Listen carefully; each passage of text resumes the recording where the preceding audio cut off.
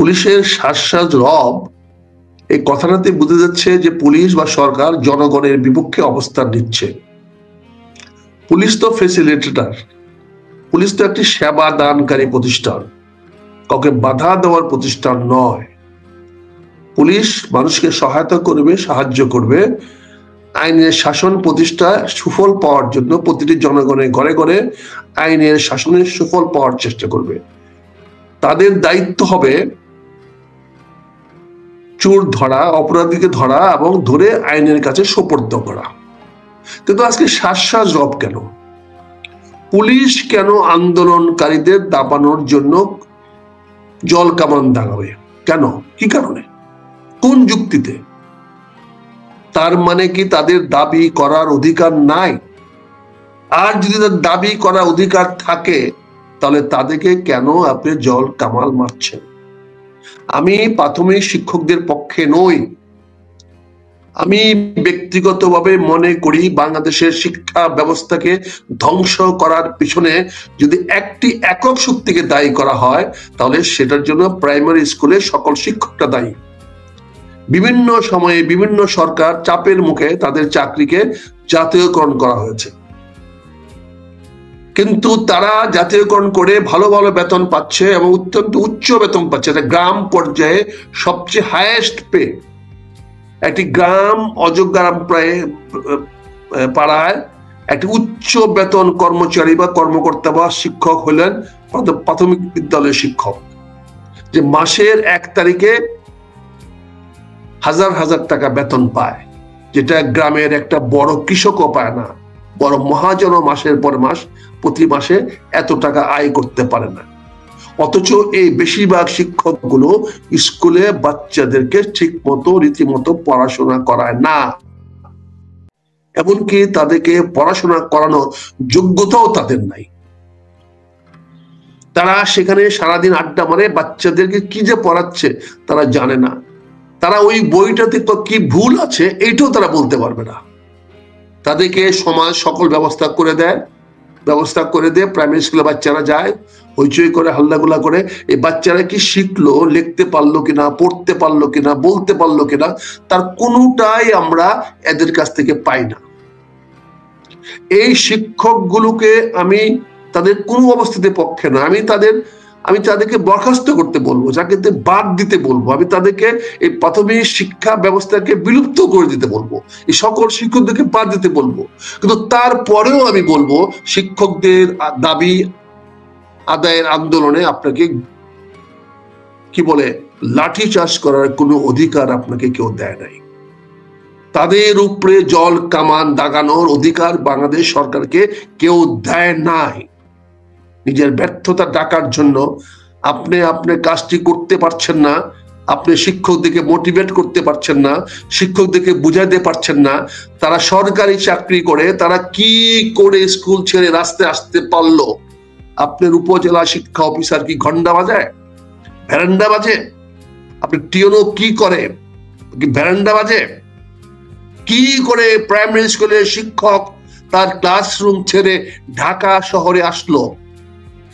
আপনি সেখানে ধরলেন না, আপনি এখানে গেছেন জল কামান দাগাইতে, শ্বাস রব ঠান্ডাবাজি। এইগুলোর কারণে তো আজকে আমরা এই সমস্ত বৈষম্য সৃষ্টি হচ্ছে। আপনি যে কাজ করার কথা সেই কাজ করেন না, না করে অন্য কাজ করেন। আমি প্রাথমিক শিক্ষা, এই যে প্রচলিত শিক্ষা ব্যবস্থা আছে, এগুলো বিলুপ্ত করে এফতা দিয়ে মাদ্রাসা করে দেন। এফতা দিয়ে মাদ্রাসার শিক্ষকরা অনেক বেশি নিবেদিত। দেখেন মাদ্রাসার ছেলে মেয়েরা আজকে অনেক বেশি শিক্ষিত। তারা একদিকে ধর্ম জানে, কোরআন জানে, নামাজ জানে, রোজা জানে, পাশাপাশি তারা আধুনিক শিক্ষা পায়। আর আমাদের প্রাইমারি স্কুলের ছাত্রদেরকে আপনারা কি যে বানাচ্ছেন! তারা না আল্লাহ চিনে, না খোদা চিনে, না নামাজ পড়তে পারে, না রোজা রাখতে পারে, না খেলাধুলা করতে পারে, না চিত্র আঁকতে পারে, না বিজ্ঞান জানে, কোনো কিছু জানে না। তারা ভাষা জানে না, অঙ্ক জানে না। এই প্রাইমারি শিক্ষকদেরকে আপনি নিয়ন্ত্রণ করতে পারলেন না। তারা সরকারি কর্মচারী হওয়ার পরেও তারা কি করে সাহস পাইল স্কুলের কম্পাউন্ডের বাইরে আসার? শিক্ষা উপদেষ্টা সাহেব, সেমিনারে বসে বড় বড় কথা বলেন, প্রাথমিক শিক্ষা উপদেষ্টা আপনি সেমিনারে বলেন শিক্ষকরা অযৌক্তিক দাবি করতেছে। আমি আপনাকে জিজ্ঞাসা করতে চাই, আপনি কি ব্যারান্ডা বাজতেছেন? আপনার শিক্ষকরা স্কুল থেকে বেরিয়ে চলে আসছে, আপনি কি করতেছেন? যদি একজন প্রধান উপদেষ্টা, উচিত ছিল আপনাকে কান ধরে উঠবস করানো। অযোগ্য, অথর্ব আপনি। প্রাথমিক শিক্ষকরা স্কুল থেকে চলে আসছে, আজকে 7 দিন 8 দিন 10 দিন ধরে তারা স্কুল থেকে অনুপস্থিত থেকে ঢাকা শহরে ঘুরে বেড়াচ্ছে, আপনি সেটা দেখেন না, সে ব্যবস্থা করতে পারেন না। আর আপনি এখানে সেমিনারে দাঁড়ায় বলতেছেন শিক্ষকদের দাবি অযৌক্তিক। ইডিয়েট। এই হলো আপনার অবস্থা। আপনি এখানে জল কামান বাড়াচ্ছেন, এখন শিক্ষকরা গেছেন। আপনি কেন বললেন না 24 ঘন্টা আলটিমেটাম দিয়ে? কেন বললেন না তারা স্কুলে যাবে, ক্লাস করবে, যে বেতন দিচ্ছি এই বেতনে চাকরি করলে করো, না হলে চাকরি ছেড়ে দিয়ে চলে যাও? এই কথাটা কেন বলতে পারলেন না আপনি? শিক্ষা উপদেষ্টা মহোদয়, প্রাথমিক শিক্ষা উপদেষ্টা মহোদয়, কেন বলতে পারলেন না? এই সাহস নাই, এই হ্যাডম নাই, এই শক্তি নাই, আর বড় বড় কথা বলেন। আজকে সারা বাংলাদেশে প্রাথমিক বিদ্যালয়গুলোতে একটি স্কুল খুলে নাই, ক্লাস খুলে নাই। প্রতিবয় কিছু কিছু টিচাররা যদিও গেছে, কিন্তু বাকি সারা বাংলাদেশ শিক্ষা নেই। এই একটা দিন যে নষ্ট করলেন, এর দায় কার? কে নিবে? আপনি পুলিশ দিয়ে দেশ শাসন করতে চান? আপনি আবার শেখ হাসিনার ভূত আপনার গাড়ি চেপেছে, আবার কথায় কথায় আপনি পুলিশ রাস্তা নামায় দেন, দলে দলে এখন পুলিশ নামায় দেন। প্রতিদিনের টেলিভিশনের একটা অসভ্য দেশে বাস করতেছি আমরা, আমাদের পুলিশদের পিটান আপনি। পুলিশকে আপনি প্রয়োগ করেন, পুলিশ যে অপরাধ করছে তাকে ধরবে। পুলিশ কোনো কাজে বাধা দেওয়ার পুলিশকে? পুলিশ তো চৌকিদার না, পুলিশ তো সিকিউরিটি গার্ড না, পুলিশ আইন শৃঙ্খলা না। পুলিশ অপরাধীকে ধরবে। আপনার অন্য আইন শৃঙ্খলা রক্ষাকারী বাহিনী বানান, আপনি যা কিছু করে ফেলছেন। রব ব্যবস্থা। আজকে যদি এই পুলিশের এই জল কামানে বা বেতনে যদি একটি লোক মারা যেত, আপনি কি অবস্থা হতো আজকে? স্বরাষ্ট্র উপদেষ্টা সাহেব, কি হতো আজকে যদি 2টা ছেলে মারা যেত, একটা মেয়ে মারা যেত? জল কামানে গুলিতে মারা যায় না? যদি আগেকার মতো এখানেও যদি থার্ড পার্টি যদি ফায়ার করতো, তাহলে কি হতো? আজকে যদি এখানে সর্বনাশ করার জন্য যদি তৃতীয় কোনো ব্যক্তি যদি এখানে একটা গুলি করে দিত, একটা শিক্ষককে মেরে ফেলতো, তাহলে আপনি কি করে আজকে ঢাকা শহর টিকে থাকতেন? কি করে আপনি সরকার টিকে থাকতো? আপনি রাষ্ট্রটাকে কি মনে করেন? এটা কি খেলুমচি খেলা? রাষ্ট্র নিয়ে খেললেন আর সেমিনারে বয়ে বক্তব্য দিবেন কেন? আপনি যদি এই ব্যাপারে কথা বলতে চান, আপনি আপনার অফিসে প্রেস কনফারেন্স দেখে বলতে পারতেন না? আপনি গেছেন সেমিনারে অন্য বিষয়ে কথা বলতে, সেখানে কেন এই বিষয়টা নিয়ে বললেন যেখানে আপনার সামনে শিক্ষকরা নাই? আপনি পারতেন না শিক্ষকদের সামনে গিয়ে দাঁড়ায় কথাটা বলতে? এই সাহস নাই, হ্যাডম নাই। আপনি মন্ত্রী উপদেষ্টা হয়েছেন, আপনি কেন শিক্ষকদের সামনে গিয়ে দাঁড়ায় বললেন না আপনাদের যুক্তি মানা সম্ভব হবে না, আমি পারবো না, সরকার পারবে না? আজ আপনাদের কাছে অনুরোধ করব, আপনারা স্কুলে ফিরে যান, লেখাপড়া শিখান। বাংলাদেশে আর্থিক সঙ্গতি হইলে, সুযোগ সুবিধা হইলে বা প্রয়োজন যদি আমরা মনে করি আপনাদেরকে এই পদগুলো দেওয়ার দরকার, তাহলে আমরা পরবর্তীতে চিন্তা করব, বিবেচনা করব। যেহেতু তাদের শিক্ষার মান নাই, যেখানে তাদেরকে আমার প্রাথমিক শিক্ষাটাকে ধ্বংস করে দিয়েছে, তাদেরকে আপনি হ্যান্ডেল করতে পারেন না, আবার রাজনৈতিক সবক দেন। কাজে এইখান থেকে বলছি, শ্বাস রব দিয়ে হবে না। শেখ হাসিনা শ্বাস রব দিয়ে পারে নাই। যতক্ষণ পুলিশকে মানুষ ভয় পেয়েছে, ততক্ষণ পুলিশ খুব ক্ষমতা ছিল। যেই পুলিশের বিরুদ্ধে মানুষ উল্টে গেছে, দাঁড়িয়ে গেছে, বাংলাদেশের মাটিতে পুলিশ 24 ঘন্টা টিকতে পারে নাই। আগামীতেও যদি এরকম কোনো পরিবেশ হয়, এই পুলিশ টিকতে পারবে না। ইতিমধ্যে 1 বছর সেনাবাহিনীকে দিয়ে মানুষকে কোনো মতে শাসন করে গেছিলেন। সেনাবাহিনী তো আপনাদের প্রতি বৈরী হয়ে যাচ্ছে। যদিও সেনাবাহিনী দেশপ্রেমিক, দেশকে রক্ষা করার জন্য তারা জীবন দেবে, তারা সরকারের পক্ষে না, হাসিনার পক্ষে না গিয়া এই দেশের সেনাবাহিনী প্রমাণ করেছে তারা কোনো রাষ্ট্র সরকারের পক্ষে না, কোনো ফ্যাসিস্টের পক্ষে না, কোন শাসকের পক্ষে না, তারা জনগণের পক্ষে, দেশের পক্ষে, রাষ্ট্রের পক্ষে। এটা তো সেনাবাহিনী গত 5ই আগস্ট প্রমাণ করে দিয়েছে। কাজে সেনাবাহিনীকে আপনি দলীয় ভাবে, সরকারের ভাবে ব্যবহার করতে পারবেন না আগামীতেও। তারাও কাদের পক্ষ নিবে না।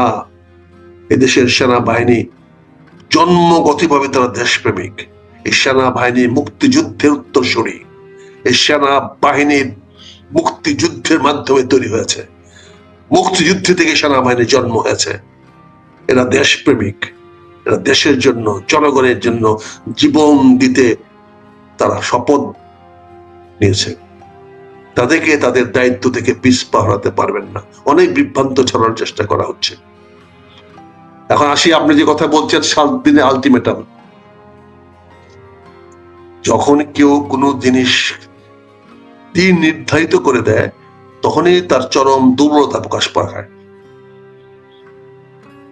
আসিফ নজরুল যেভাবে জোর দিয়ে বলছেন 7 দিন সময় দেওয়া হলো। আরে বেটা, 7 দিন সময় দেওয়া হলো কাকে? তোর বাপের চাকররা? রাজনীতিবিদরা? রাজনীতিবিদরা কি তোর বাপের চাকর? হ্যাঁ বেটা, হ্যাঁ, বড় বড় বক্তৃতা মানুষ, ভয় দেখাচ্ছে মানুষকে, হুমকি মানুষ। বাংলাদেশের রাজনীতিবিদরা কি আপনার বাপের চাকর বাবা, যে আপনি 7 দিনের আলটিমেটাম দিবেন, 7 দিনের মধ্যে আপনাকে জবাব দিতে হবে? জবাব তো দিল না, কি করবেন এখন? কি করবেন? যদি হেডম থাকে ঘোষণা করেন তো, একসঙ্গে নির্বাচনটা করাবেন না। হেডম যদি থাকে, আজকে আমি বলছি, ঘোষণা দেন দেখি যে জাতীয় নির্বাচন এবং ওই কি বলে ওই গণভোট একদিনে করাবেন না, আলাদা দিনে করাবেন। দেখি তো কত বড় হেডম আছে, আপনি করান দেখি। তুমি গৃহযুদ্ধের কথা বলছো পুনিয়া, গৃহযুদ্ধ তো শুরু হয়ে গেছে। গৃহযুদ্ধ বাংলাদেশে শুরু হয়ে গেছে।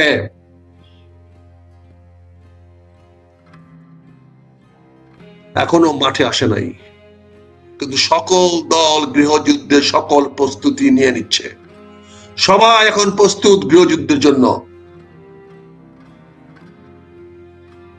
কাজে এখানে গৃহযুদ্ধটা, আপনি টেলিভিশন দেখতেছেন কেমনে আজকে ওই বিভিন্ন এলাকাতে লাঠি সুটা নিয়ে কিভাবে একজন আক্রমণ করতেছে। টেলিভিশন দেখাচ্ছে, ডেলি দেখো না, কুষ্টিয়া দেখাচ্ছে, ওই কুমিল্লা দেখাচ্ছে, দেখো না, এক পক্ষ আরেক পক্ষ চর দখল নিয়ে দেখাচ্ছে। চট্টগ্রাম তো পুরো আন্ডারগ্রাউন্ডের হাতে, চট্টগ্রাম তো মনে হয় পুরো আন্ডারগ্রাউন্ডের হাতে চলে গেছে। মানে মাফিয়া ডন, ওই মুম্বাই মেক্সিকো আমরা দেখি। ঢাকা শহরটা কি? হ্যাঁ, ঢাকা শহর, ঢাকা শহরের যেখানে যেখানে বিহারির আছে, মানে কি অবস্থা দেখো তো, কোনো আইন শৃঙ্খলা আছে কিনা, দেখো যেতে পারে কিনা। তো মোহাম্মদ তহিদপুর এলাকাটা কি হচ্ছে? প্রতিদিনই তো এখানে মারামারি কাটাকাটি হচ্ছে। তোমার রোহিঙ্গারা কি? আজকে পাকিস্তানের নেভাল শিপ এসে তো প্রমাণ করে দিল এখানে একটা যুদ্ধের পায়তারা হচ্ছে, যুদ্ধের দামাম হচ্ছে।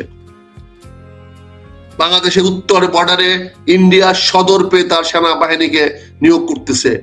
প্রকাশ্যে দিনের বেলায় তারা কি বলে সেনাবাহিনীর চলাচল হচ্ছে। কিছু বলতে পারছেন আপনি? একটা প্রতিবাদ দিতে পারছেন?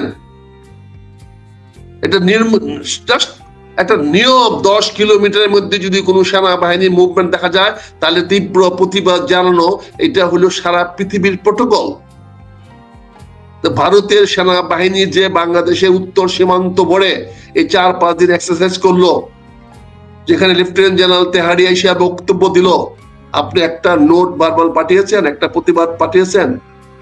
আপনি কি ভারতীয় পররাষ্ট্র কি বলে রাষ্ট্রদূতকে ডেকে বলেছেন তোমার সেনাবাহিনী কেন আমার বর্ডারের পাশ দিয়ে হাঁটাহাঁটি করতেছে, মুভমেন্ট করতেছে? এটা তো অতি স্বাভাবিক ভাই। তোমার বাড়ির সামনে দিয়ে আশপাশ দিয়ে অস্ত্র নিয়ে ঘোরাঘুরি করে, তাহলে তুমি কি ওই বাড়ির মুরব্বীকে ডেকে বলবা না যে তোমার ছেলেমেয়েরা আমার বাড়ির চারপাশ দিয়ে অস্ত্র নিয়ে ঘোরাঘুরি করতেছে কেন? আজকে আমার পররাষ্ট্র উপদেষ্টাকে আজকে ঢাকাস্থ ভারতীয় দূতাবাসকে ডেকে জিজ্ঞাসা করতে হবে না তোমার সেনাবাহিনী কেন আমার বর্ডারের চারপাশ দিয়ে ঘোরাঘুরি করতেছে? বলতে পারবো না। কেন বলতে পারবো না? তোমার পাকিস্তানের নেভি তোমার চট্টগ্রাম বন্দরে দাঁড়িয়ে আছে। পাকিস্তানের এই যে ফ্রিগেট তুমি আনছো, গাইডেড মিসাইল ফ্রিগেট, যেটা 1970 এটা 2010 সালে ভারতে চীনে তৈরি হয়েছে, চীনের তৈরি করা এই ফ্রিগেট তোমার ঢাকাতে এখন চট্টগ্রামে আসার কি প্রয়োজন? এখন তোমার পাকিস্তানের সঙ্গে গুডুল করার কি দরকার?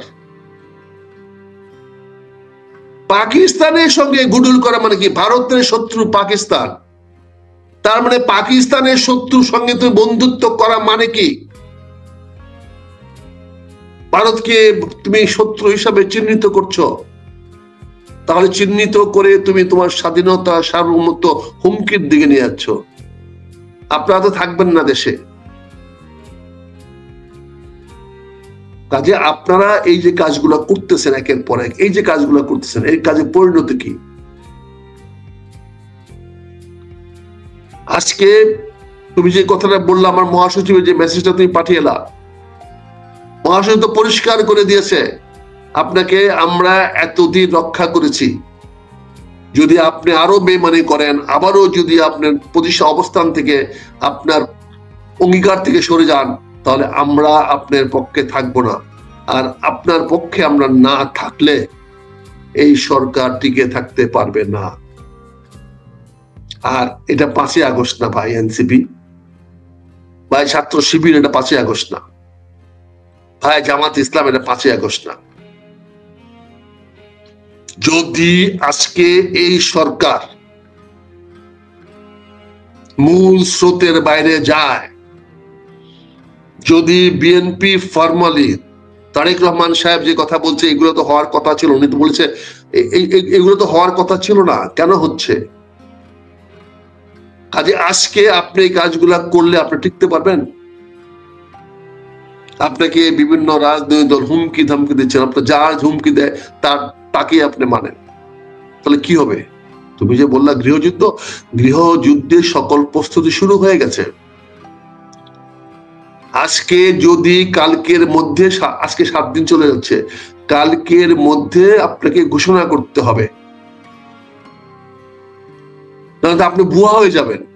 যে কতদিনের ছেলেরা যে স্লোগান দিত বুয়া বুয়া বুয়া, এখন তো এই বর্তমান সরকারের বিরুদ্ধে ঢাকা শহরে মানুষ নেমে আসবে বুয়া বুয়া বলে।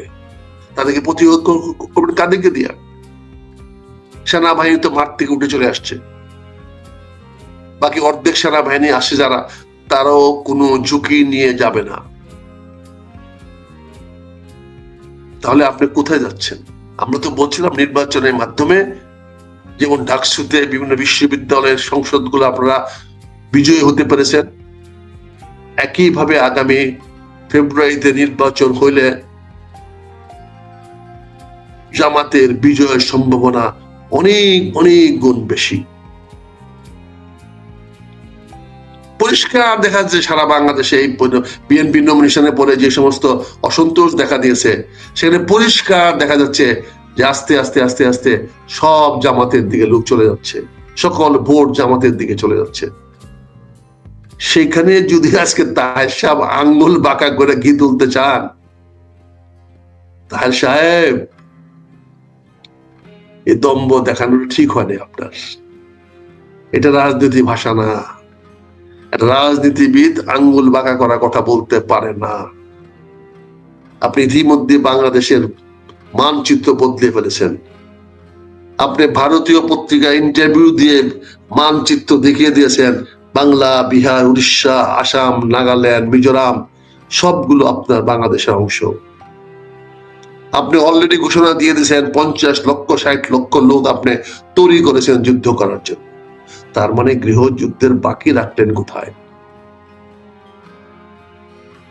আজকে এই যে যুদ্ধ ঘোষণা করলেন, এই যুদ্ধ ঘোষণাটা কার বিরুদ্ধে করলেন? এই যে আগামী একটা সপ্তাহে বাংলাদেশের যে ক্রাইসিসটা তৈরি হবে,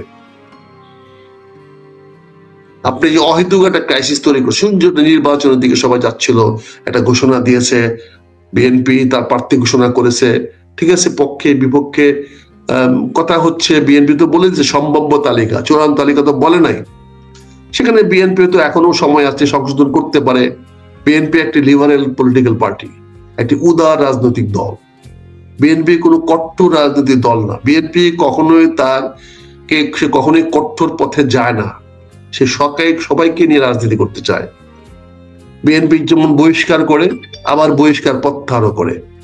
বিএনপির দরজা খোলা, বিএনপি কাউকে মানা করে না। বিএনপির বিরুদ্ধে যারা কাজ করে সময়ে তাদেরকেও আবার বিএনপি আবার এনে কাজে লাগায়। একটা উদার রাজনৈতিক দল, সেই দলটাকে আপনি ভুল করতেছেন, সেই দলের সঙ্গে আপনি খেলতেছেন, তাদের নোট অফ ডিসেন্ট আপনি বলতেছেন। আমি আজকে ছাত্র সংগঠন, যুব সংগঠন বা এনসিপির ভাইদের বলছি, তোমাদেরকে ধৈর্য ধরতে হবে। তোমাদের বিজয় তো তোমরা দিয়ে দিয়েছো ডক্টর ইউনূসের হাতে তুলে। ডক্টর ইউনূস তোমাদের সেই বিজয়কে ব্রণিত করে ফেলেছে। তোমাকে আরেকটি নতুন করে আন্দোলন শুরু করতে হবে, অপেক্ষা করতে হবে, বাবা, সময় নিতে হবে। আমি তো বলেছিলাম তোমরা যে রাজনৈতিক সিদ্ধান্ত নিয়েছো বিভিন্ন ভাবে এককভাবে নির্বাচনে লড়বে, আমি তো তোমাদের প্রতি সকল সুভাষিস দিয়েছি, বলছি হ্যাঁ এটি লড়ো, দরকার নেই 5টা সিট পাও, না 5টা সিট নিয়ে সংসদে বক্তৃতা দাও। আমরা আজকে বাংলাদেশের রাজনীতি মানুষের কাছে পরিচিত হয়েছি, মানুষ আমাদের চিনে জানে এই সংসদের মাধ্যমে। এই সংসদে বক্তব্য দেওয়ার মাধ্যমে মানুষের সামনে আমরা পরিচিত হয়েছি। আমরা গুন্ডামি করি নাই, সন্নামি করি নাই, মারামারি করি নাই, কাটাকাটি করি নাই, দুর্নীতি করি নাই, চুরি করি নাই, ডাকাতি করি নাই, কিন্তু আমরা শক্তিশালী বক্তব্য সংসদে দিয়েছি। কাজে মানুষ আমাদেরকে চিনেছে সেভাবে। তোমরা যদি 5 জন সংসদ যেতে পারো, 5 বছরে তোমরা যে ভাবমূর্তি তৈরি করতে পারবে, তোমরা যে একটা সম্ভাবনা তৈরি করতে পারবে, এটা 5 বছর 10 বছর রাজপথ থেকে পারবে না। কাজে এনসিপির ছেলেরা যদি রাজনীতির নামে ঢাকা শহরে আসনটা বলতে পারি যে কোনো ভাবে হোক এই আসনগুলোতে নতুনদেরই জয় হবে। ঢাকার যে 20টি আশপাশের যে আসনগুলো আছে সেই আসনগুলোতে প্রবীণ রাজনীতিবিদদের জয়লাভ করা কঠিন হয়ে যাবে। কারণ এখানে বিএনপির আমরা যে প্রার্থীগুলো দিয়েছি তাদের আমলনামা ভালো না, তাদের সবারই মানে কি বলবো যে তাদের মানে গায়ে অনেক দুর্গন্ধ। যে কোনো জায়গায় যান সেখানে গিয়ে দেখবেন না তার নামে কি বলতেছে, হয়তো তারেক রহমান সাহেব শুনে না, কিন্তু ঢাকা মহানগরে যতজন প্রার্থীর নাম ঘোষণা করা হয়েছে একজন প্রার্থীরও কিন্তু আমলনামা ভালো নয়। তাদেরকে বর্তমান প্রজন্ম, নতুন প্রজন্ম, দেশের নতুন ভোটার যারা হয়েছে, আপনি একটা জিনিস মনে রেখেন, আমাদের হিসাব দিয়েছি 8 কোটি ভোটার ছিল 2008 সনের নির্বাচনের সময়, সেখান থেকে 2 কোটি মারা গিয়ে হয়তো বর্তমানে 6 কোটি ভোটার আছে। কিন্তু এইবারের ভোটারের সংখ্যা হলো 12,76,00,000। তার মানে পুরনো ভোট 6 কোটি আর নতুন ভোট 6 কোটি। এই নতুন 6 কোটি ভোটারকে আপনি আপনার দলের দিকে কেমনে টানবেন? কিন্তু জামাতও টানতে পারবে না ঢাকা শহরে। আজকে যদি এনসিপি যদি বেশ 300 বলবো না, 150 বা 200 আসন ভালো শিক্ষিত, মার্জিত, সম্ভাবনাময়, জনগণের পাশে দাঁড়ায়, সমাজ কল্যাণ করেছে এবং সর্বোপরি বিত্তমান, এরকম যদি 200 আসনে তারা যদি বেছে বেছে বেছে বেছে নির্বাচনে দেয়, যারা নির্বাচনে নিজের পকেট থেকে ব্যয় করতে পারবে, এরকম লোককে যদি দেয়, তাহলে আমি নির্দ্বিধায় বলতে পারি এনসিপি একটা খেলা মাঠে দেখিয়ে দেবে। কিন্তু এনসিপি কে সেখানে অনেক প্রবীণকে নিতে হবে, অনেক বয়স্ক লোকদেরকে নিতে। 3টা ভাগে ভাগ করে, একটা ভাগে যদি 30-40 জন প্রবীণকে দেয়, যাদের দেখে মানুষ মনে করবে যে হ্যাঁ এরা যদি আসে দেশে একটা ভালো সরকার গঠন করতে পারবে। একইভাবে যে মধ্যবয়সী যদি আরো 100 জনকে দেয়, তাহলে এই 150 জন মানুষ বাংলাদেশের জনগণের সামনে একটা সম্ভাবনা তৈরি করে দেখাইতে পারবে যে হ্যাঁ এরা ভালো মানুষ, এরা সম্ভাবনাময় মানুষ, এদের আমল নামা ভালো আছে। আর বাকি যদি 50 থেকে 100 নতুন এই বৈষম্য ছাত্র আন্দোলনের এনসিপি নেতাদেরকে দেন, সেখান থেকে হয়তো 5-7 জন 10 জন পাস করবে, যে 100 জনকে দিবেন মধ্যবয়সী যারা সামাজিকভাবে প্রতিষ্ঠিত, হয়তো রাজনীতি সরাসরি করে না বা কোন রাজনৈতিক দলে সম্পৃক্ত ছিল না, এরকম যদি আপনারা 100 জন লোক দেন, ওখান থেকে 50-60 জন নির্দ্বিধা বেরিয়ে আসবে, নির্দ্বিধা বেরিয়ে আসবে যদি তাদের অর্থ থাকে। যদি পুরনো বিভিন্ন রাজনৈতিক দলের পরীক্ষিত যারা ছিল, সেখান থেকে যদি 50 জন লোককে দেন, সেখান থেকেও 20-25 জন বেরিয়ে আসবে। 25 জন বা 15 জন যদি বয়স্ক লোক আনেন, আর 40 থেকে 50 জন যদি মধ্যবয়সী, সমাজে রাষ্ট্রে যাদের অবদান আছে, যাদেরকে জনগণ পাশে পায়, তাহলে আপনি তো 75 থেকে 100 আসন পেয়ে গেলেন।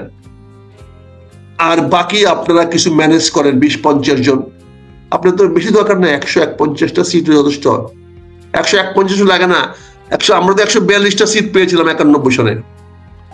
আমি আপনাকে একটা বলি, 91 সনে আমার একটা স্টাডি রিপোর্ট আছে।